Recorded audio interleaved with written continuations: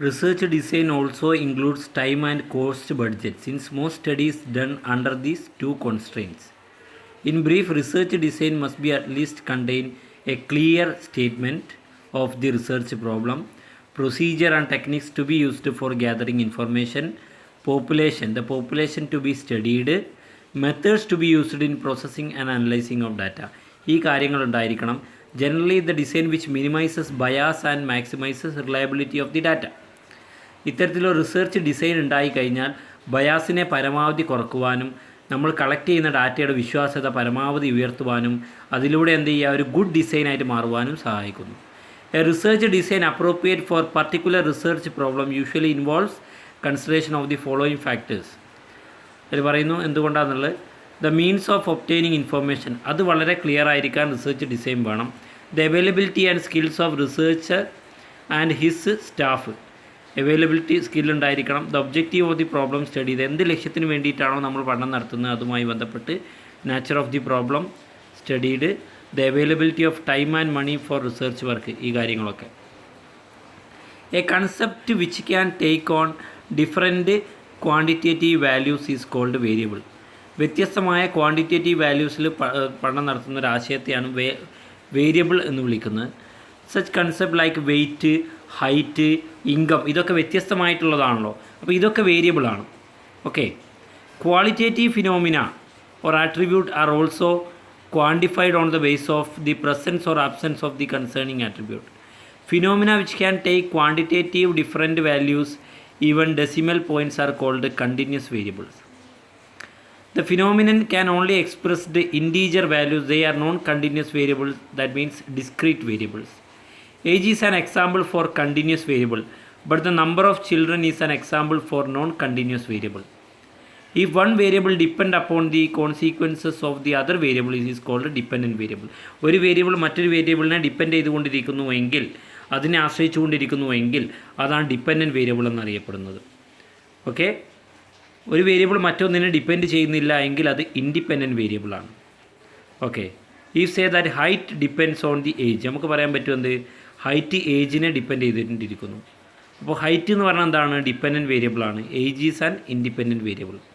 Independent variable are not related to the purpose of the study. Independent variable നമ്മൾ ഇതായിട്ട് ബന്ധപ്പെട്ടതല്ല, but may affect the dependent variable. അല്ലേ, അത് dependent വേരിയബിളിനെ ബാധിക്കുന്നുവെങ്കിൽ അതാണ് എക്സ്ട്രേനിയസ് വേരിയബിൾ.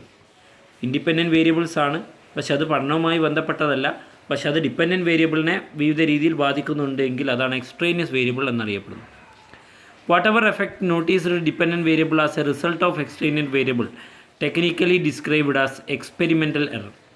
ഇത്തരത്തിലുള്ള എക്സ്ട്രേനിയസ് വേരിയബിൾ മൂലം ഏതെങ്കിലും ഡിപ്പെൻഡൻറ്റ് വേരിയബിളിന് എന്തെങ്കിലും മാറ്റം സംഭവിക്കുന്നുണ്ട് എങ്കിൽ അതിന് ടെക്നിക്കലി നമ്മൾ വിളിക്കുന്ന പേരാണ് experimental error. A study must always to be designed for affecting the dependent variable is attributed entirely to the independent variable, not some extraneous variable. One important characteristic of a good research design to minimize influence effect of extraneous variable. എപ്പോഴും ഒരു good research ആണെങ്കിൽ അവിടെ എന്ത് ചെയ്യണം, ഈ influence or effect of extraneous വേരിയബിളിൻ്റെ effect പരമാവധി കുറക്കാൻ വേണ്ടിയിട്ട് ശ്രമിക്കണം. The technical term control used when we design the study minimizing the effect of extraneous independent variables. In experiment research, the term control is used to restrain the experimental conditions. Conformed relationship. When the dependent variable is not free from the influence of external variable, the relationship between the dependent and independent variable is said to be confounded by an extraneous variables. When a prediction or a hypothetical relationship is to be tested in scientific method is termed as research hypothesis. The research hypothesis is a predictive statement that related to the independent variable to the dependent variable. Usually a research hypothesis must contain at least one independent and one dependent variable. ഒരു research ഹൈപ്പോത്തിസിസിൽ ഒരു independent വേരിയബിളും ഒരു dependent വേരിയബിളും ഉണ്ടായിരിക്കും. Predictive statement which are not to be objectively verified or the relationship that are assumed but not to be tested are not termed as research hypothesis. When the purpose of research is to test a research hypothesis, is that hypothesis testing research. Research which independent variable is manipulated is termed experimental hypothesis testing research. Okay, otherwise manipulated, the independent variables that are not manipulated, that is called non-experimental hypothesis research. In experimental hypothesis testing research, when a group of exposed to usual condition is termed as controlled group.